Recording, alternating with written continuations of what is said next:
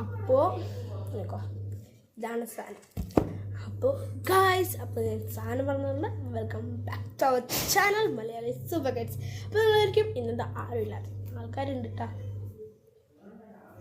Okay, നിങ്ങളായിരിക്കും എന്തൊരു വിചിത്രമാണ് അതൊക്കെ നമുക്ക് പിന്നെ മനസ്സിലാവും. ഇപ്പോൾ ഇന്നൊരു അൺബോക്സിങ് വീഡിയോ ആണ്.